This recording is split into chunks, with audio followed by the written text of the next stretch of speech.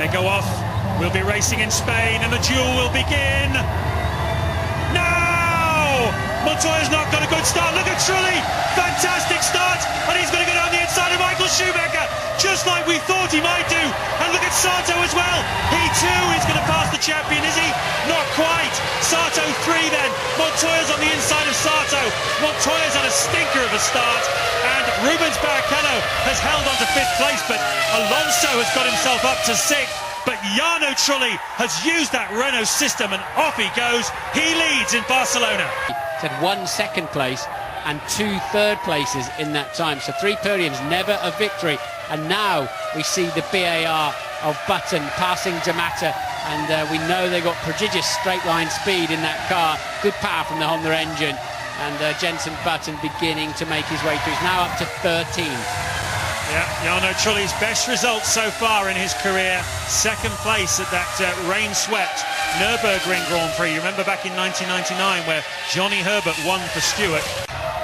New fastest lap from Michael Schumacher on an 18.3, and first to pit then is Alonso from 6th place. So Renault with not a lot of fuel on board. You can assume Trulli will be in the next lap then, taking his foot off the pedal and the cadence braking on the way in there. But just beginning to look a touch ragged. And this is Alonso then recovering after that pit stop.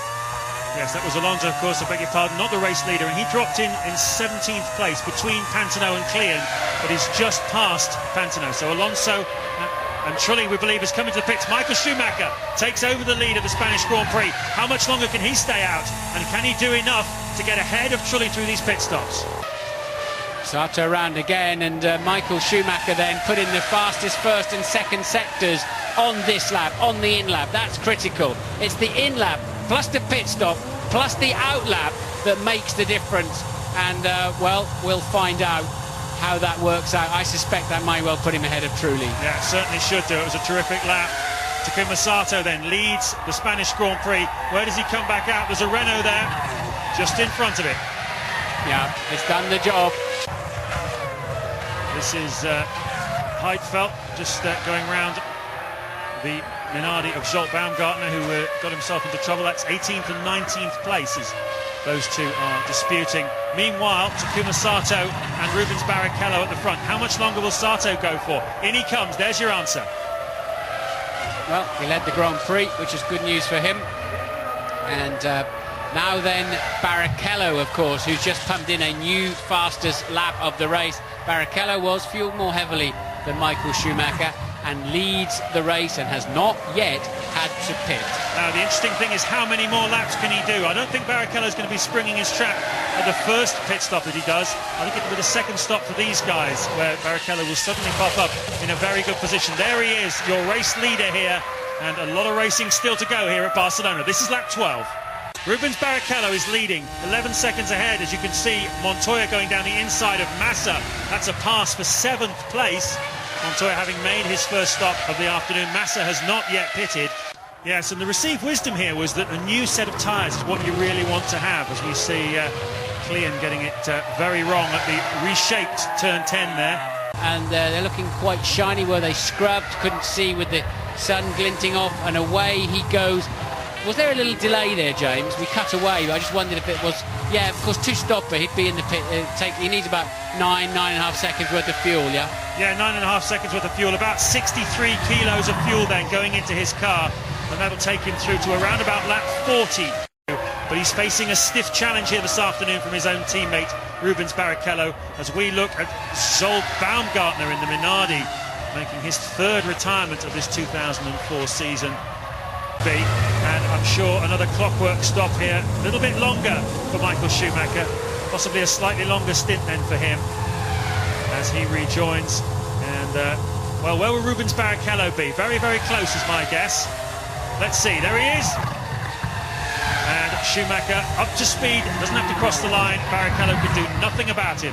Well, normally I have to try and graphically explain this to you, what's going on when they're on different strategies, but now you can see exactly for yourself. Both those Ferrari drivers have to stop one more time. But Rubens is compromised now to a certain extent. He's going to be carrying at some point a significantly heavier fuel load than Michael. Alonso taking a rip-off a piece of plastic off his visor, clean visor as he exits the pits, new tyres, some cool, fresh fuel, and he's not thrilling the Spanish crowds today as he was last year. Ralf Schumacher too leaves the pits. He was in 7th when he pitted. Dark and difficult days really for McLaren and Williams in many respects, where that's Button's second stop of the afternoon. He was P12. He'd actually crept up to 10th with others having stopped, but you know, two teams that have pretty much dominated for 20-25 years until Ferrari got their act together. Button, does he get ahead of David Coulthard? Yes, he does. So that means he should then be somewhere near Raikkonen too. And when Raikkonen has had his second stop, which has not taken place yet, but you know, McLaren and Williams really did dominate, didn't they, for a couple of decades, and so until Ferrari got their act together, and they're really struggling here. He's lapping pretty solidly at the moment is Michael Schumacher. There's Gianmaria Bruni. Looks like 2 Minardi retirements in this Grand Prix, and that's Nick Heidfeld, and that doesn't look too clever either. That looks like an engine problem possibly in the Cosworth in the back of that Jordan Ford of Nick Heidfeld. Some talk that he might not see out the season with this team. Once again, Eddie Jordan saying it would be nice if Heidfeld could bring some money. And just whispers in the background that Jos Verstappen is going to test a Jordan in the not too distant future. Fisichella having a super drive in the Sauber as we look at Bruni and the reason for his retirement just a couple of laps ago. Juan Montoya cannot pass the Sauber of Fisichella. He is mired in 7th place with Ralf Schumacher in 8th. So 2 Williamses looking to pick up at best 3 points. Meanwhile, the 2 McLarens are 11th and 12th. Yeah, they're very late with the tyres. What on earth's going on there? The wheels weren't ready when he got in. I think they just about got away with that. Rubens cost him a couple. He wasn't ready to go, and yeah, they were just cruised in late with the tyres. What's that all about? Well, I wonder. That was Michael Schumacher, meanwhile, has done a 1 minute 17.8, which is close to the fastest lap we've had so far here this afternoon. Out he comes then, Rubens Barrichello loses a place to Takuma Sato. It's all gone very pear-shaped for Rubens Barrichello. Ted, what can you tell us? Well, that was just a straight mistake by the team. They were the guys in the pit box were gesturing, come on, get them out there. There must have been a mistake with whose tyres were whose. They were very slow getting them out of the blankets and just delivered them as Rubens was actually in the box. Still mistake, very rare mistake by Ferrari. For what should be a fairly routine stop, fuel goes in, he goes back out again, 8.3, serene progress, and Rubens Barrichello will not have the chance to attack him as he would have had that not gone badly wrong for Ferrari with that stop. Ted. Yeah, Ross Brawn taking a very, very close look. It looked like the left side of Michael Schumacher's car. He seemed, well, vaguely satisfied with the situation. Not much they can do about it anyway. Send him on his way. Yeah, they can hardly get in there with some gun gum, can they, and seal it up, or a bandage. But the Jaguar then of Klein off the track. He was running down in 15th as Sato pits. That's going to be quite important to see where he filters back onto the racetrack. We're watching Klein exiting his car. I want to see where Sato feeds back in. Yeah, because he was battling with Alonso and Ralf Schumacher. You see the Jaguar just pulling off the track there. So that's yet another retirement for the Jaguar team. Their 3rd retirement of this season so far. But we've lost Juan Montoya. Ted, tell us about it. In a very dramatic way, he's had to retire from this race with total and complete, almost catastrophic brake failure. What happened? He came in for his pit stop and he didn't have any brakes. He actually ran right into his front jackman.